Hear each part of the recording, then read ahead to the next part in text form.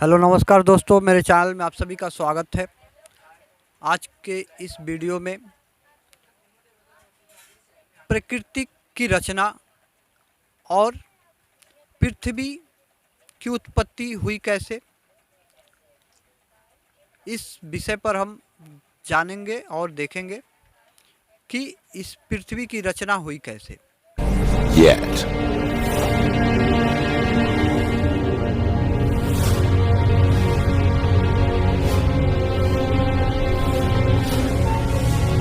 But through time, gravity pulls the dust into tiny rocks.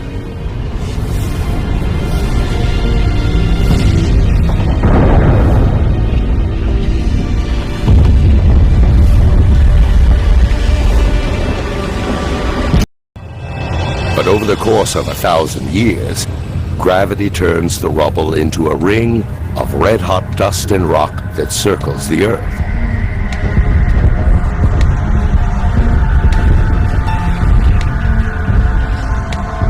From this ring, a ball forms, over 2,000 miles wide.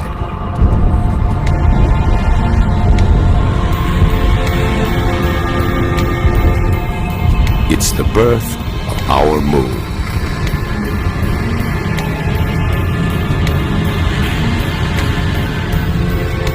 But it's much closer than the moon today. Just 14,000 miles away, instead of 250,000 miles.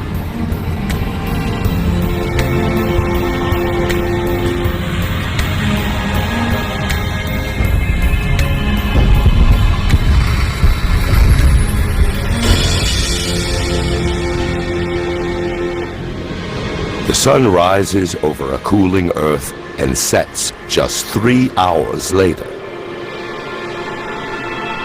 The Earth is spinning so fast that an entire day lasts 6 hours. The days may pass quickly, but the Earth changes slowly. To understand the making of our planet, we need to fast forward through millions of years.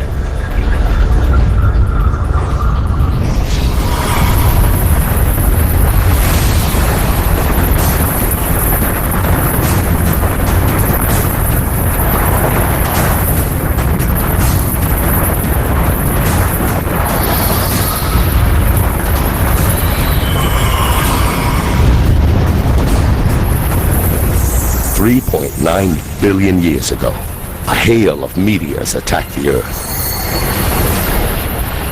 It's debris left over from the solar system's formation. These deadly missiles could contain the vital ingredient for life on Earth.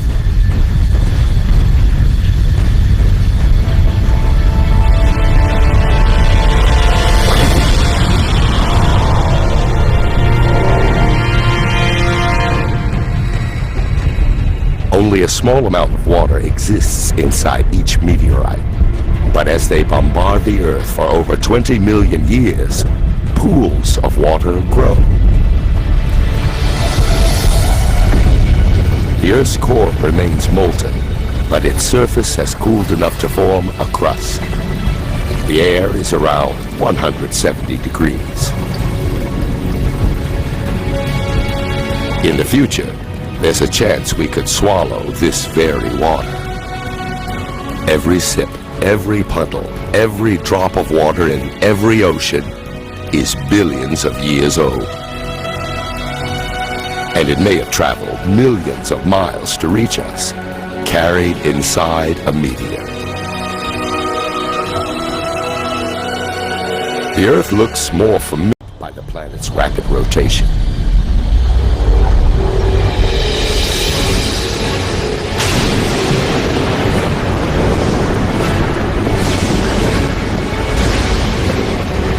The moon is so close to Earth that its gravity is overwhelming, creating huge tides that race across the planet's surface.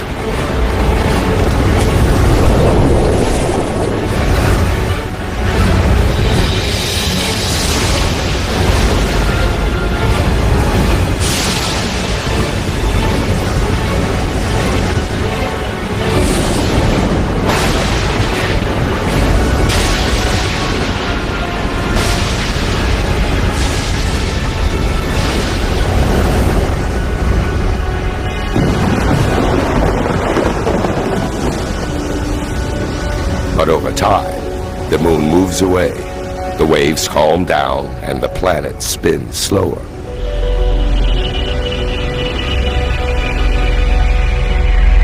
"700 million years after the planet's birth, life-giving water covers its surface. And scattered throughout,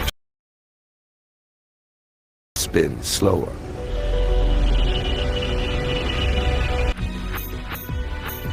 And scattered throughout are tiny islands.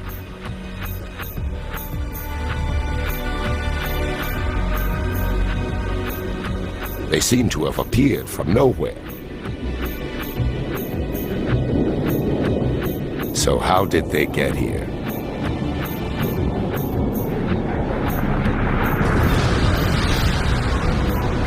Molten rock bursts through the Earth's crust and rises up through the ocean. Over time, the lava cools, forming a volcanic island.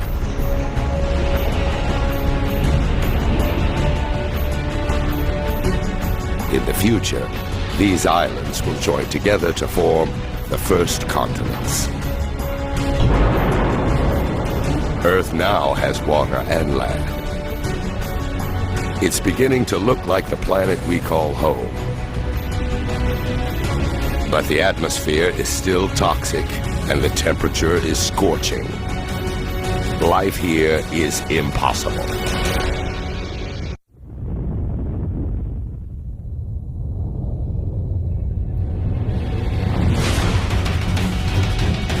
Since the planet's formation, meteors have been pummeling Earth. But now, 3.8 billion years ago, the assault enters a violent new phase. Some things disturb the orbits of these meteorites.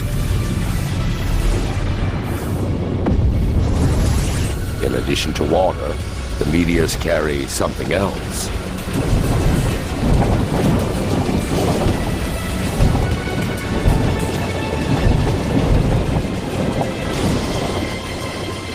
As they dissolve, the meteorites release minerals. Carbon and primitive proteins made of amino acids are transported from outer space to the bottom of the ocean.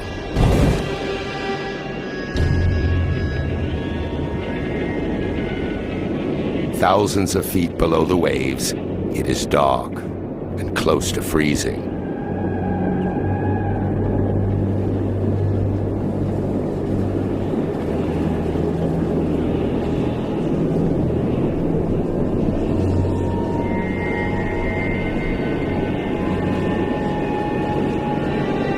But a dramatic illusion is taking shape. Underwater chimneys spewing hot liquid.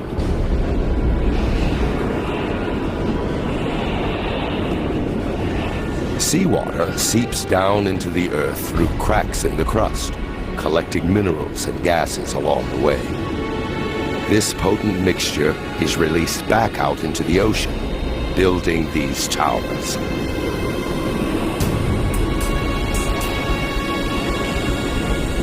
Combined with the minerals and chemicals from the meteorites, the water becomes a chemical soup. It's impossible to know how or when, but somehow these chemicals come together to create life. The water is now full of microscopic organisms. These single-cell bacteria are the earliest forms of life on Earth.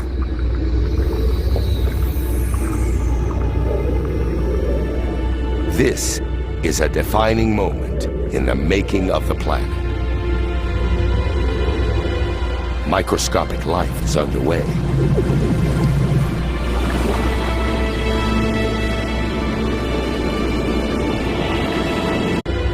Microscopic life is underway.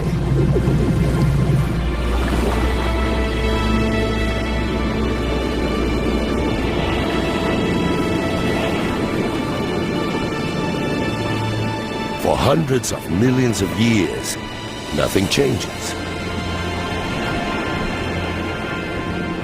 The only life is single-celled bacteria.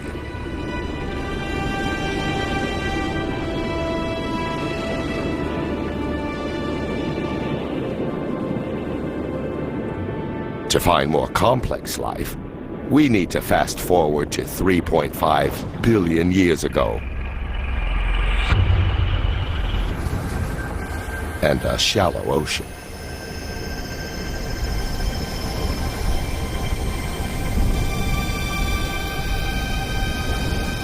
These look like rocks, or even plants, growing out of the seabed.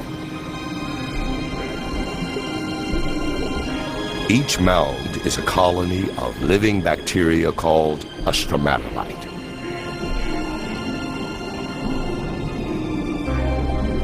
These bacteria turn sunlight into food, a process called photosynthesis. It uses the power of sunlight to transform carbon dioxide and water into glucose, a simple form of sugar.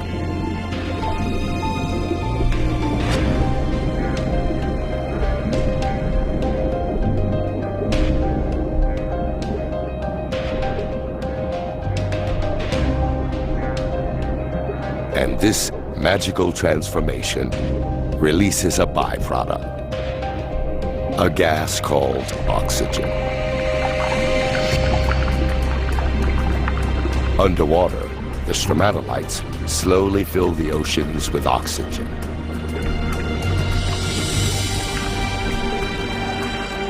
The oxygen then turns traces of iron into rust, which fall to the ocean floor to form deposits of iron-rich rock. It's this mineral that will one day be used to build bridges, ships, and skyscrapers.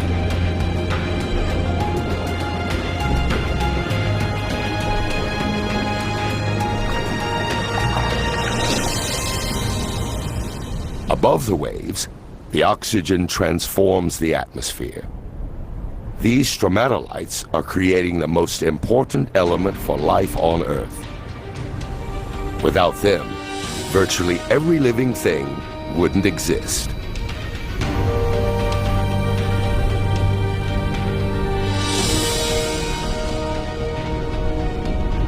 Over the next 2 billion years, oxygen levels continue to rise. And as the planet's spin slows, the days get longer, lasting at least 16 hours.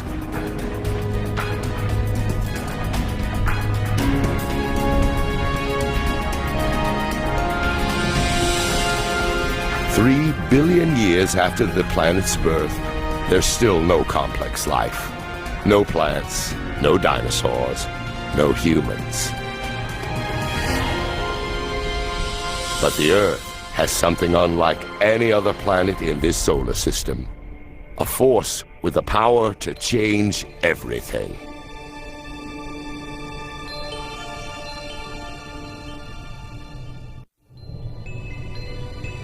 One and a half billion years ago, the Earth is a beautiful blue ball, dotted with volcanic islands. Over millions of years, a mysterious force rearranges these islands. Hidden beneath the ocean, the Earth's crust breaks into vast plates. But even deeper, the Earth's core is so hot that it generates movement in the rock beneath the crust. These movements push and pull the plates around the globe, carrying the oceans and islands with them. Millions of years race by. Our planet is alive and changing. Over 400 million years, a vast new supercontinent takes shape. It's called Rodinia.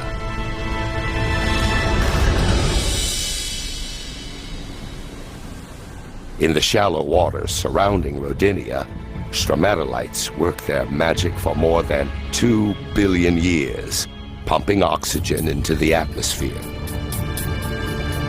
The temperature is 85 degrees, and the days are 18 hours long.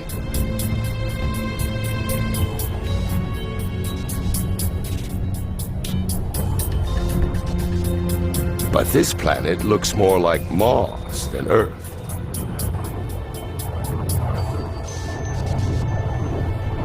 To find life, we must fast forward through time.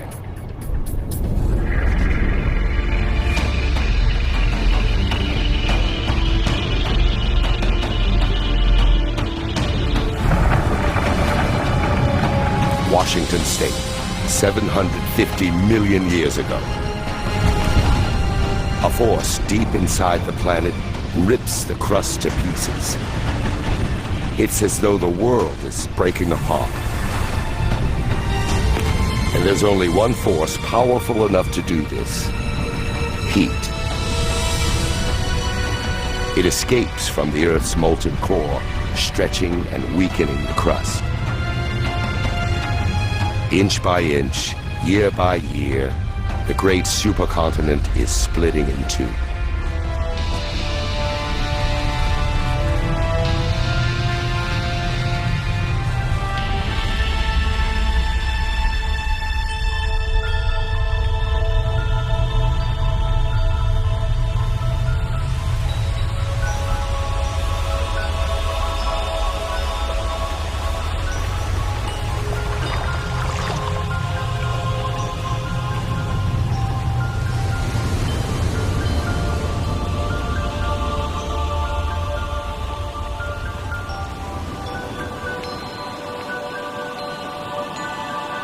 The intense geological activity spawns a mass of volcanoes.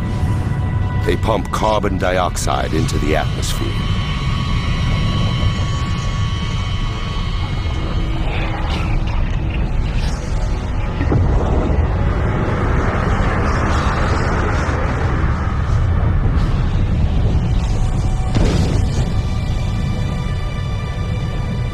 The carbon dioxide mixes with water and creates acid rain.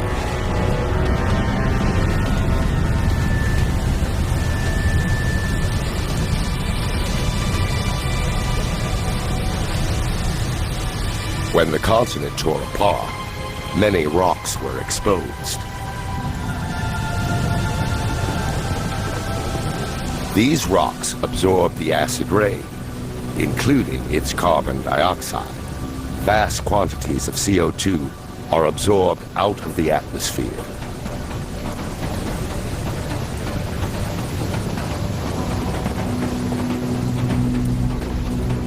Now, there's not enough carbon dioxide in the air to trap the sun's heat around the planet. In just a few thousand years, the temperature plummets to around -60 degrees. This frozen wasteland is southern Australia, 650 million years ago. It's the start of what some scientists call Snowball Earth, a period they believe to be the longest, coldest ice age ever to grip the planet.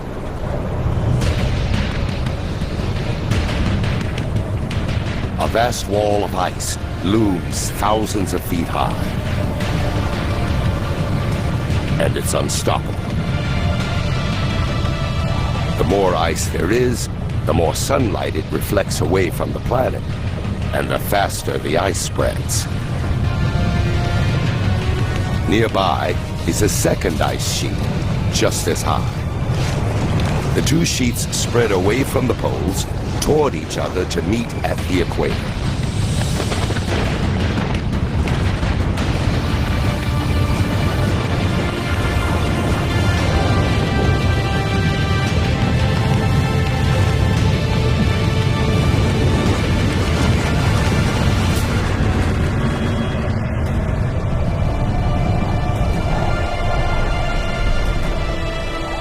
Now, an ice sheet up to 10,000 feet thick covers the entire planet. Earth first began as a molten ball of fire. Now it's a frozen ball of ice. Virtually all the sun's light and warmth reflects back into space.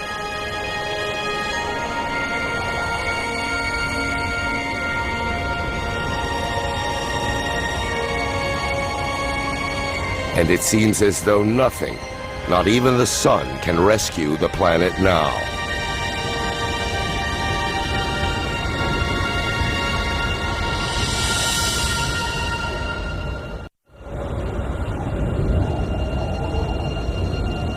$650 million years ago, ice entombs the planet. For 15 million years, the Earth is a vast frozen snowball. But it can't last forever. Something must release the Earth from this frozen prison. And when it does, who knows whether life has survived beneath the ice? The surface is frozen, but the core is still hotter than the sun's surface.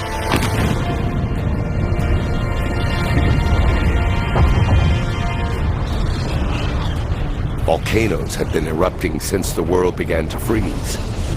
But up until now, even their heat and power made no impact on the ice. Volcanoes pump out billions of tons of carbon dioxide. Before the Big Freeze, the Earth's rocks absorbed most of the CO2. But now, with the rocks smothered in ice, there's nothing to absorb the gas, so it fills the atmosphere.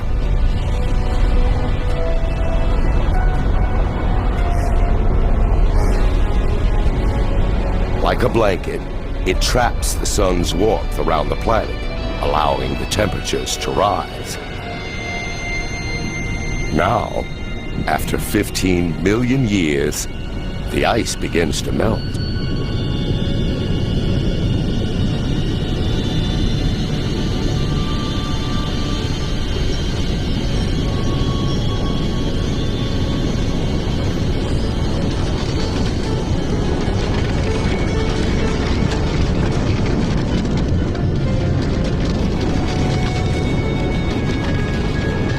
It's thought that during Snowball Earth, the ice pushed the crust down.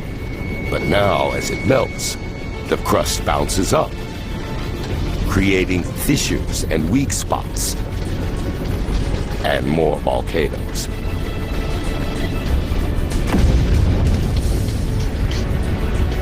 The volcanoes release more carbon dioxide and push the temperature up even higher. The melt gathers momentum, and oxygen levels rise.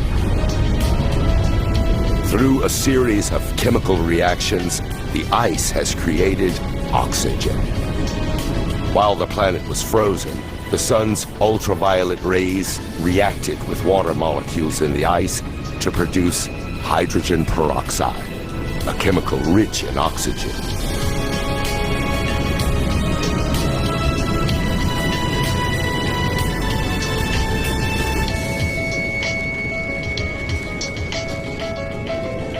Now, as the ice melts, the hydrogen peroxide breaks down and releases massive amounts of oxygen.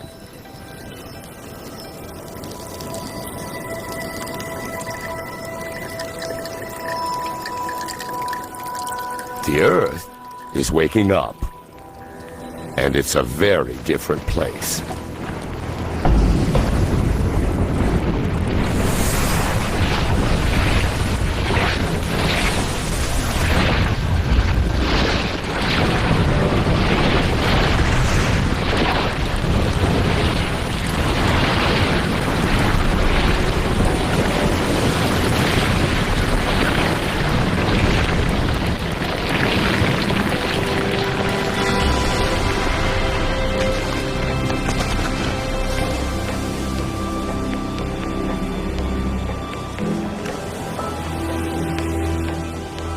$600 million years ago, the atmosphere is warmer, like a summer day.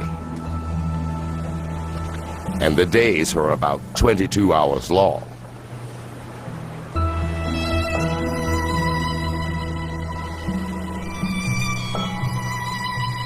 Add all this water, and it's the perfect recipe for life.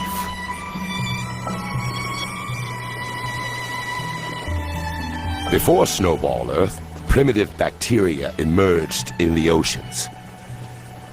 But surely they couldn't have survived an ice age 75 times longer than the entire span of human history.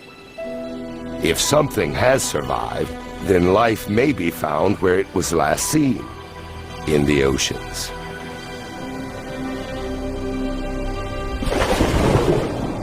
Now, 540 million years ago, in an ocean full of oxygen, those primitive bacteria have evolved.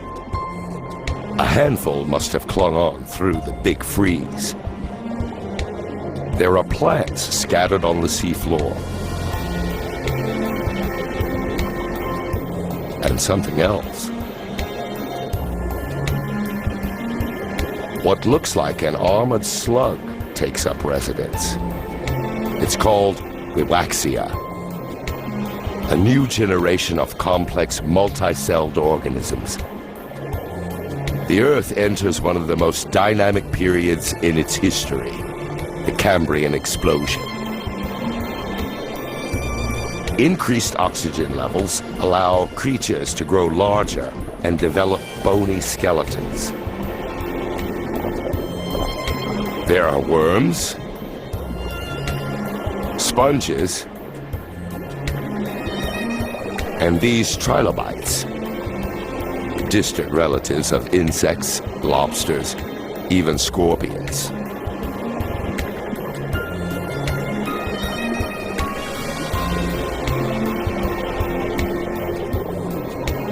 Life in the oceans blossoms.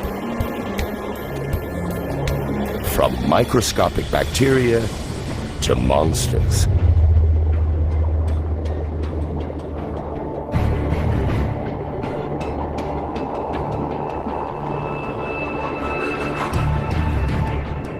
This is Anomalocaris, nearly 2 feet long.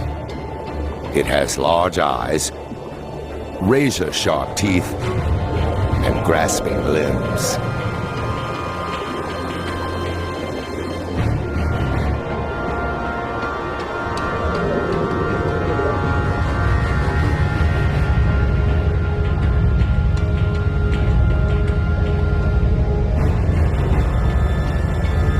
All it has to do is take its pick.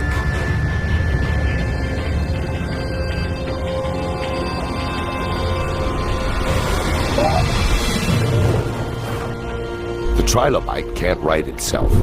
Its soft belly is exposed.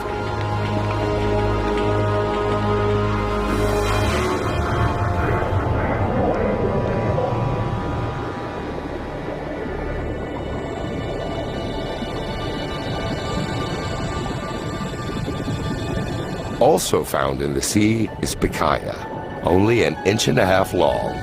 They may be the first organism with a spine.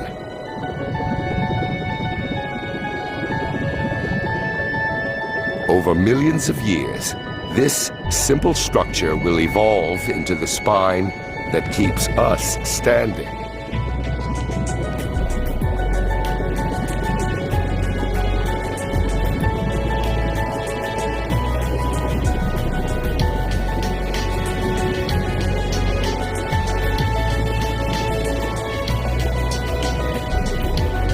Expecting to find life in ruins, the oceans are in fact full of life. Where trilobites scavenge, monsters prowl, and where creatures begin to take on familiar forms. Beneath the waves, there are already tens of thousands of plant and animal species. The advance of life seems unstoppable.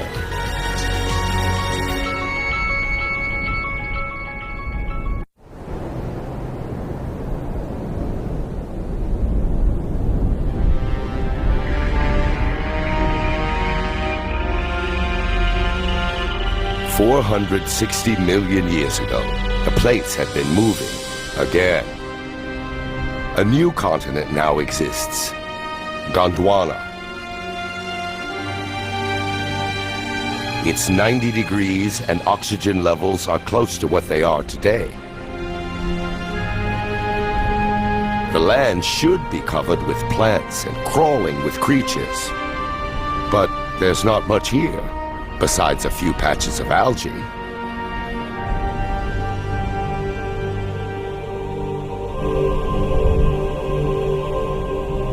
The sun. It blasts the surface with deadly radiation. So the complex life in the ocean doesn't stand a chance on land. But 30 miles up, where the rays enter the Earth's atmosphere, something is happening. When oxygen meets the sun's radiation, it turns into another kind of gas called ozone. This gas forms a blanket around the planet and absorbs the lethal radiation. Over 120 million years, the ozone layer gets thicker and prevents more and more radiation from reaching the Earth's surface. Without this layer, life on land simply wouldn't exist. Now, shielded from radiation, life takes off. Small mossy lumps are the first land plants. They pump out even more oxygen. Levels soar.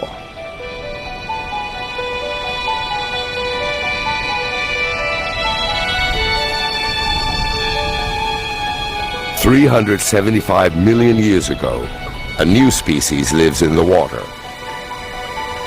Swimming.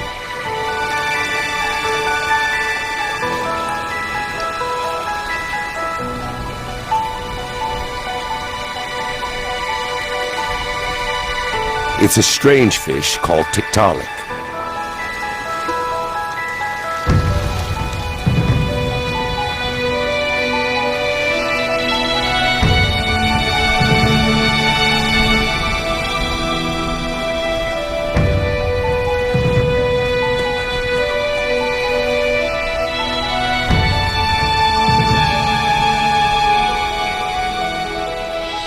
It uses its neck to raise itself up.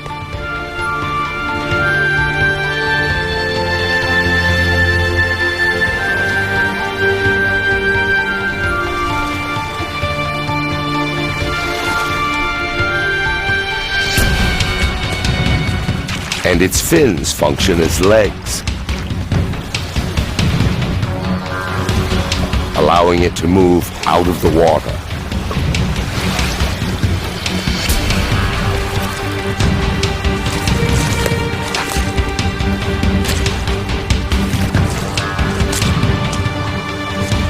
This is one of the most important moments in the making of our planet.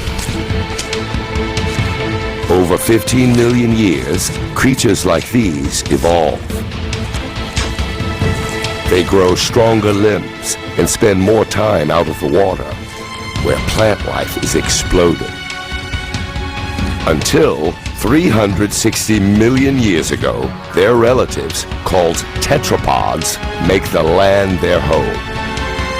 From tetrapods, four-legged vertebrates evolve into dinosaurs, birds, mammals, and eventually, humans. There are mosses and ferns everywhere, some at least 100 feet tall. A seed is carried by the wind.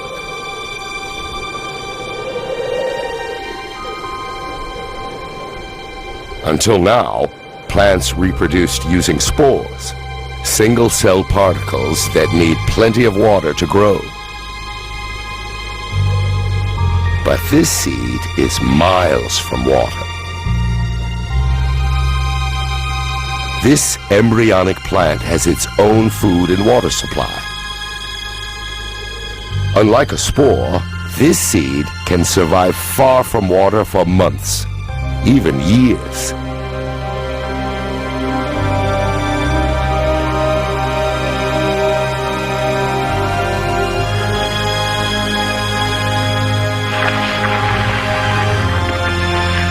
the humble seed spreads life across the planet, and each tree and plant pumps out even more oxygen.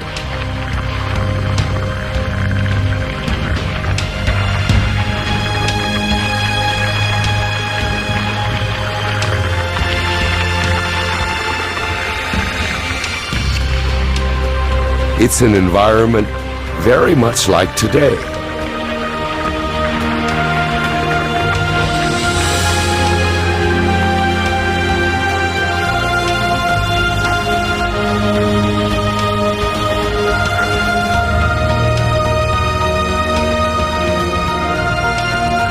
The planet has come a long way, from a lump of burning rock and dust to a blue and green world bursting with life.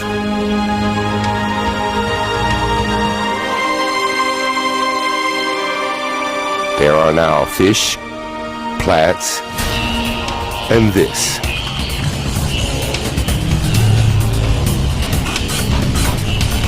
The dragonfly. It's called Meganura. This insect is the size of an eagle. What were once legs have evolved into wings, extending the dragonfly's hunting territory over a vast area.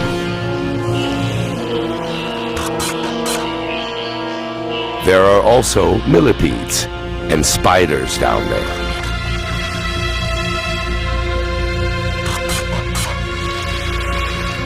These creatures, called arthropods, were among the first to set foot on land hundreds of millions of years ago. They look almost identical to the bugs that invade our homes today, except for one big difference. Like the Meganura, they're monsters. It's a world full of giants, where millipedes are 6 feet long, and scorpions are the size of wolves. This is because the oxygen level is much higher than it is today, which allows their respiratory systems to be more efficient, fueling their bodies to grow larger.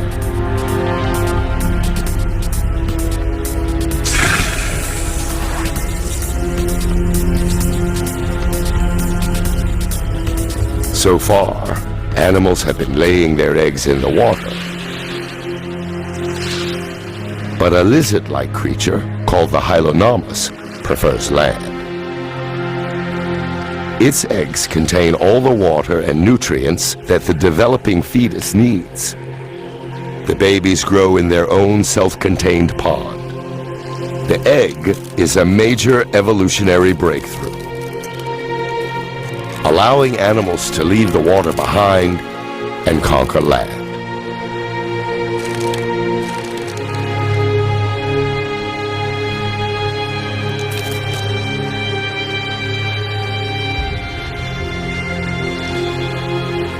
This baby Hylonomus leads the advance. As a new creature, the reptile.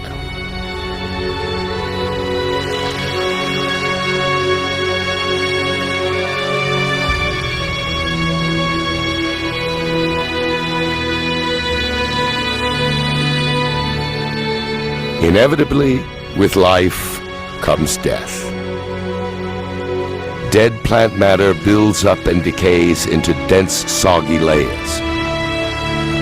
Over hundreds of millions of years, rocks cover these layers, and heat from the Earth's core and pressure from the overlying rocks transform these layers into seams of coal. Each lump of coal burned today is made of plants that died 300 million years ago.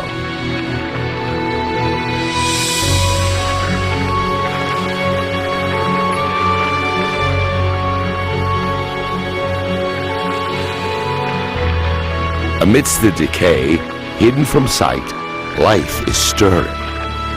Soon, seeds will germinate, plants will grow, and this wasteland will live again. Life seems to have conquered the planet, but will it last?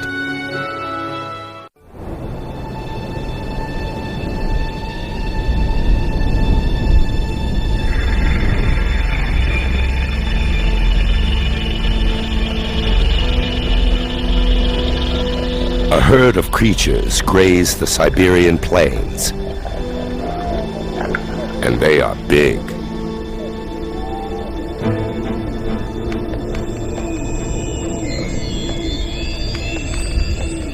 Evolution takes a huge leap forward.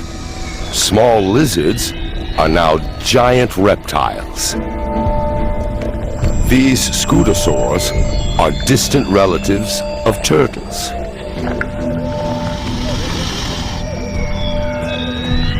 If these plant eaters look tough, the carnivores must be seriously mean.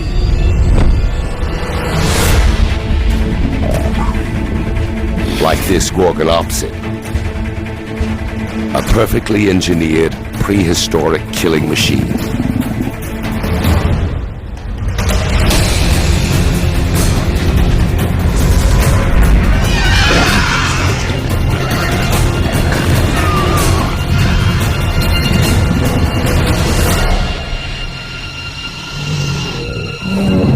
The Gorgonopsid's saber teeth wound the Scutosaur.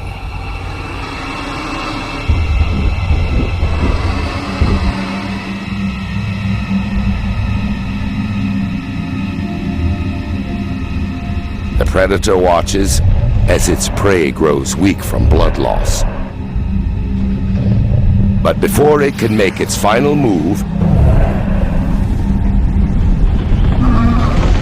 something strange happens. The ground gets hot.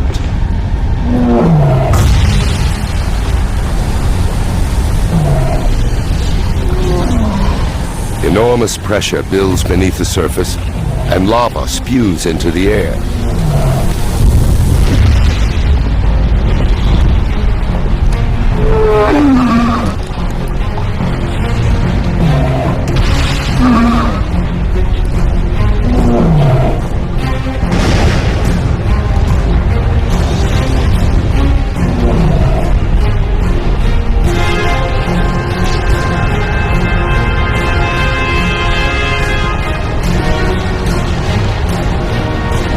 But the lava isn't from one single volcano.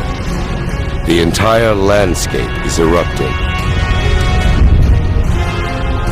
It's a flood basalt eruption. A massive plume of mantle rises up from deep inside the earth and pushes molten rock out through fissures in the earth's crust.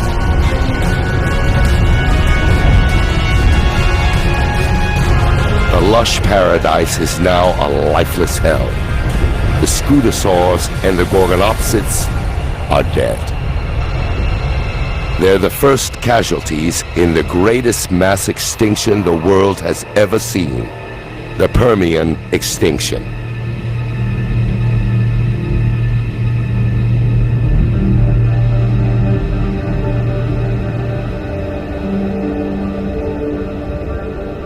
On the other side of the continent Gondwana, nothing's changed. Yet.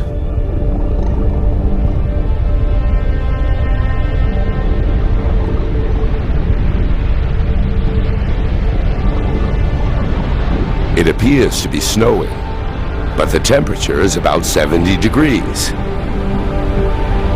It's actually ash, fallout from the eruptions some 10,000 miles away.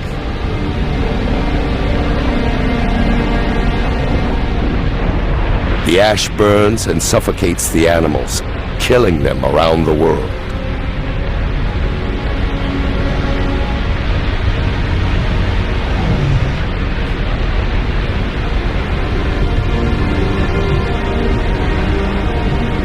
Sulfur dioxide from the eruptions fills the atmosphere.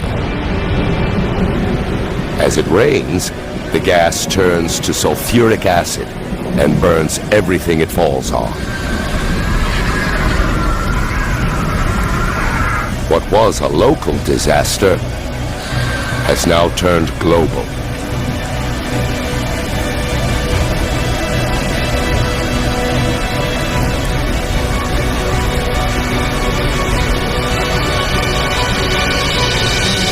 The Siberian eruptions increase the Earth's carbon dioxide levels. The atmosphere gets hotter. water evaporates, and vegetation dies.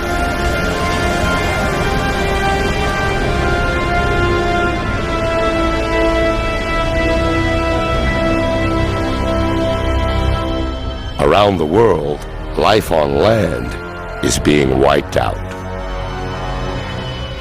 And life in the oceans has also been compromised. The waters turn pink.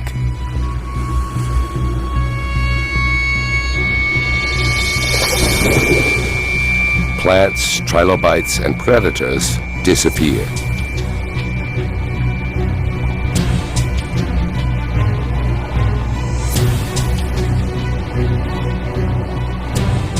The new, hotter atmosphere heated the oceans and stripped them of oxygen. Now this pink algae is one of the few life forms that can survive in the stagnant water.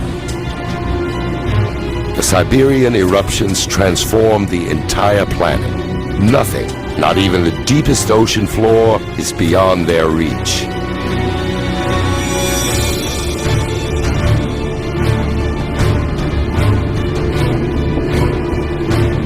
Bubbles of methane gas escape from beneath the seabed.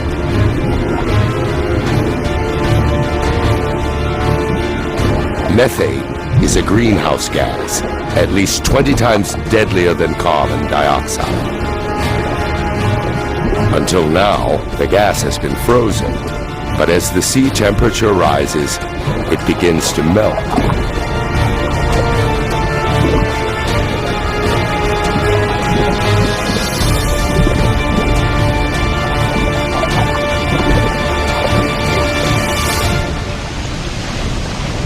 Released into the atmosphere, this powerful gas pushes up temperatures even further.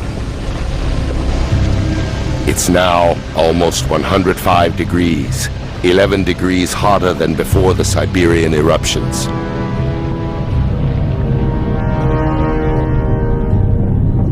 Creatures that survived the initial destruction now face a new and deadly environment. Few will live.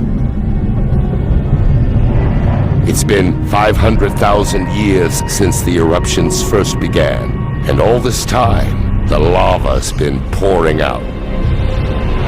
By now, it covers an area the size of the United States, with a layer of molten rock nearly 4 miles deep.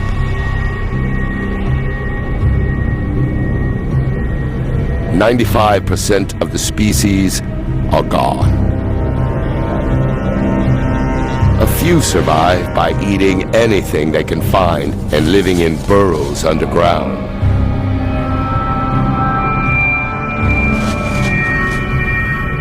But everything else is dead. 250 million years ago, the Earth reverts back to an almost lifeless planet. But that's about to change again.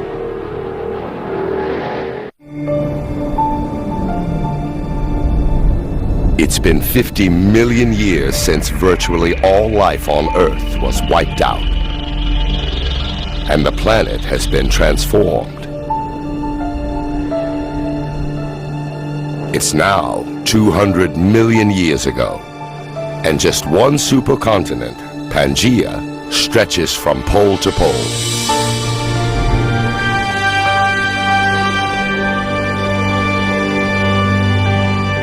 After the trauma of the mass extinction, the planet heals. Temperatures stabilize. The acid rain neutralizes and vegetation returns.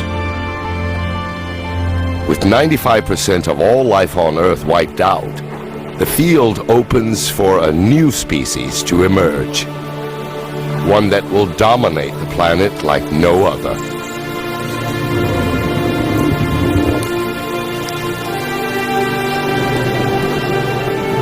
The dinosaurs. These are called Dinosaurs. Like all dinos, they evolved from the reptiles that survived the Permian extinction. At 15 feet tall, Their size makes them slow and vulnerable.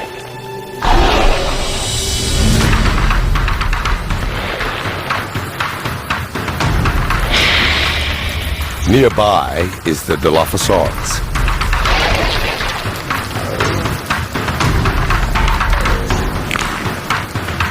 It's small and fast.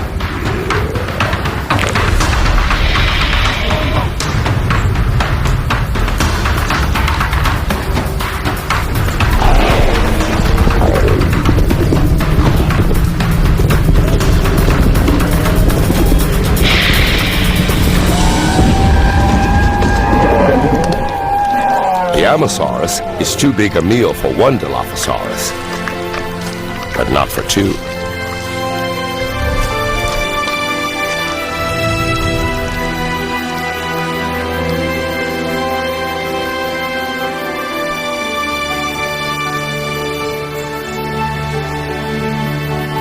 The dinosaurs have repopulated the Earth, but no species can tame this restless, volatile planet.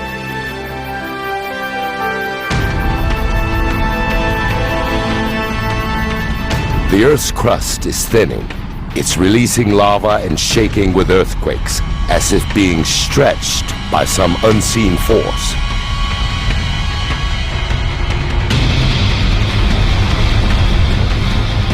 It's also happening near what will become North America's eastern seaboard.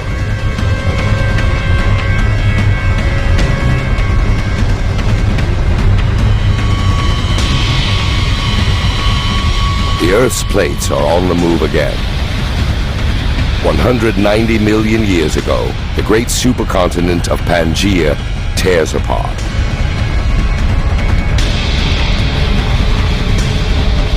A vast slab of land breaks away, creating a chasm. It fills with a new ocean called the Tethys, over what will one day be the Middle East.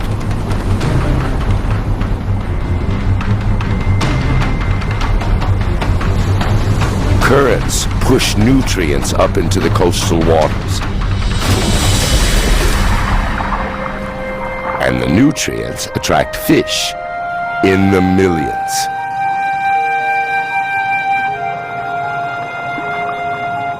But again, with so much life, also comes death. Dead fish and plankton carpet the ocean floor. Over the next 10 million years, layers of rock will bury and heat the dead creatures. Ancient fish and plankton will become oil.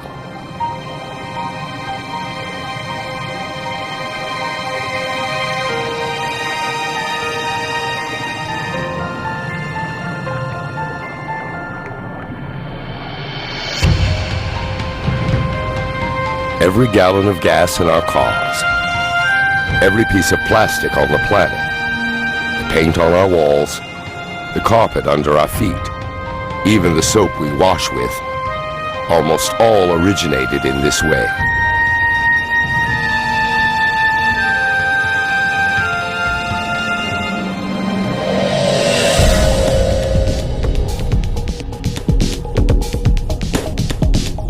$180 million years ago, the North American plate is still moving away from the European and Asian plate.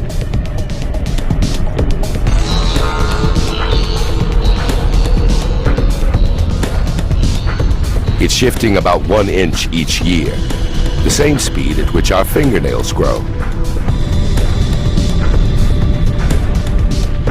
But fast forward minutes. The United States breaks away from Africa.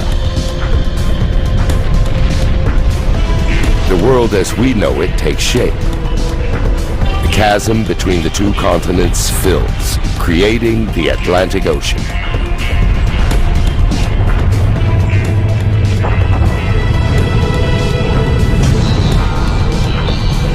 And in the middle lies a volcano. Like before, Currents deep beneath the Earth's crust move the plates again.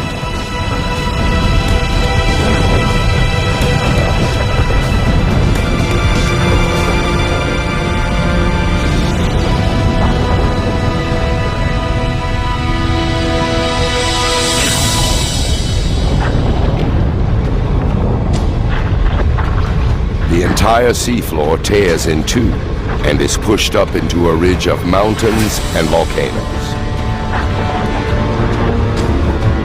It grows higher than the Himalayas and longer than the Rockies.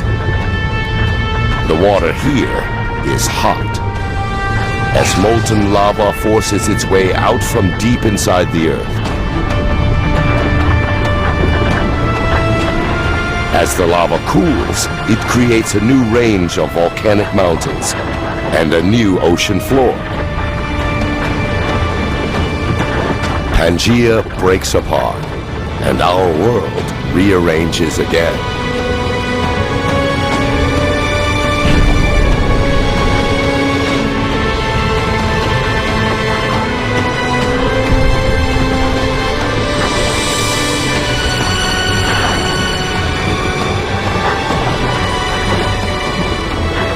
It's this geological activity that makes the Earth restless, creative, and unique.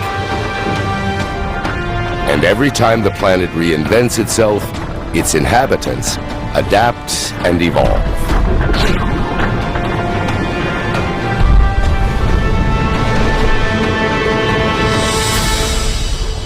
Like the ichthyosaurs. Their reptile ancestors lived on land, but as the planet changed, so did these animals. They grew fins and moved into the newly formed Atlantic Ocean.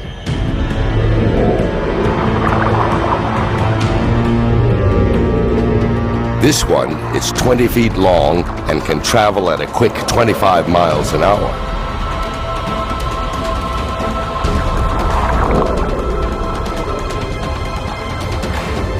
It's the ocean's fastest creature and most efficient predator.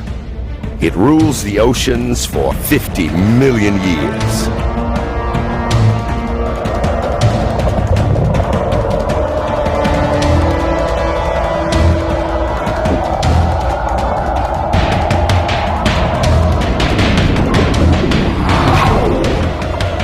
But now, there's a new contender.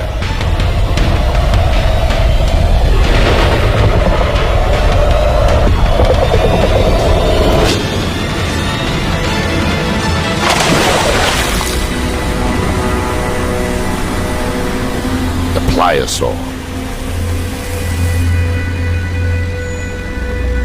Longer than a bus and as heavy as a truck, its jaws are 8 times more powerful than a great white shark's, with teeth 12 inches long.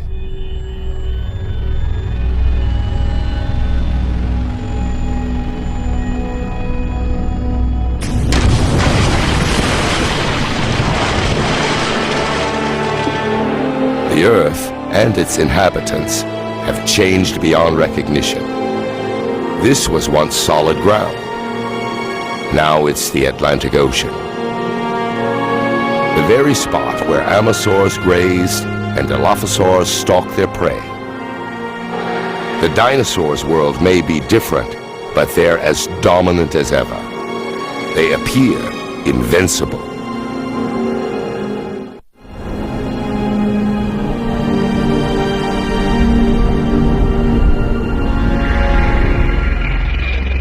They're one of the planet's most successful species.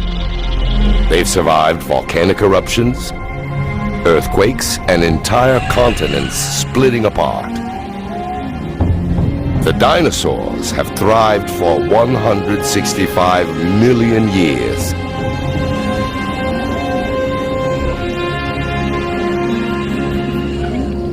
A number of mammals have also survived, like this shrew-like animal.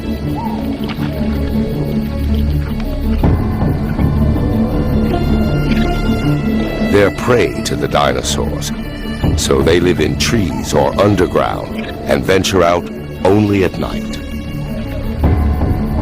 Mammals pose no threat to the dinosaurs.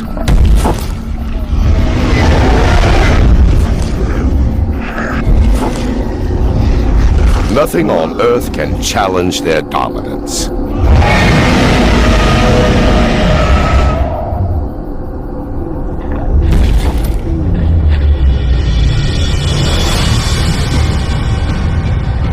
Nothing on Earth.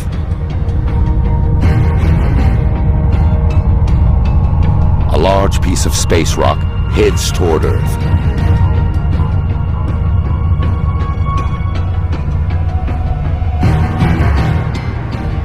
This asteroid is at least 6 miles across and traveling over 40,000 miles an hour.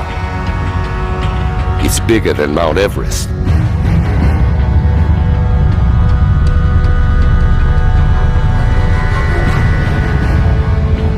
And heads straight for the Gulf of Mexico.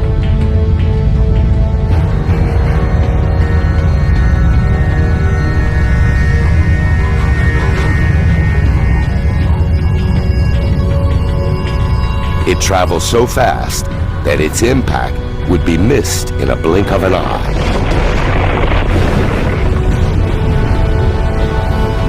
A split second changes the world forever.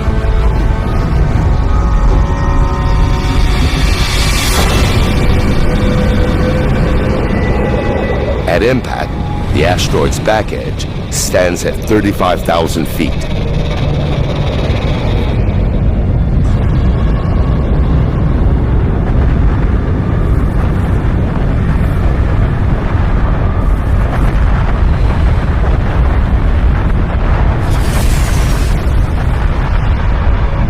It strikes with such immense force that it destroys everything it hits.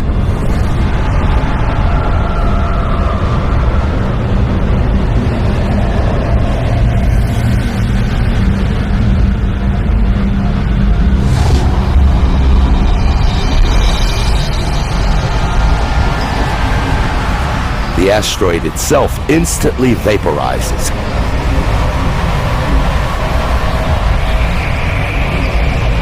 Unleashing the energy of millions of nuclear weapons.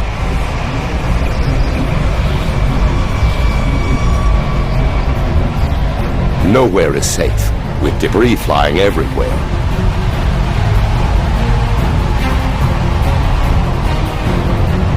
Debris as big as entire city blocks circle the Earth.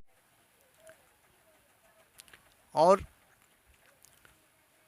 इस पृथ्वी पर फिर जीवन का आरंभ हुआ कैसे? जीवन में इस पृथ्वी पर, इस धरती पर प्रकृति ने परिवर्तन किया कैसे? एक के बाद एक प्रकृति का परिवर्तन इस धरती में पर, इस पृथ्वी पर परिवर्तित होते गया, फिर होता गया, फिर परिवर्तन हुआ और जीवन परिवर्तन से कैसे इंसान का जीवन एक नए और अलग रूप का जो अस्तित्व है वह धारण किया और फिर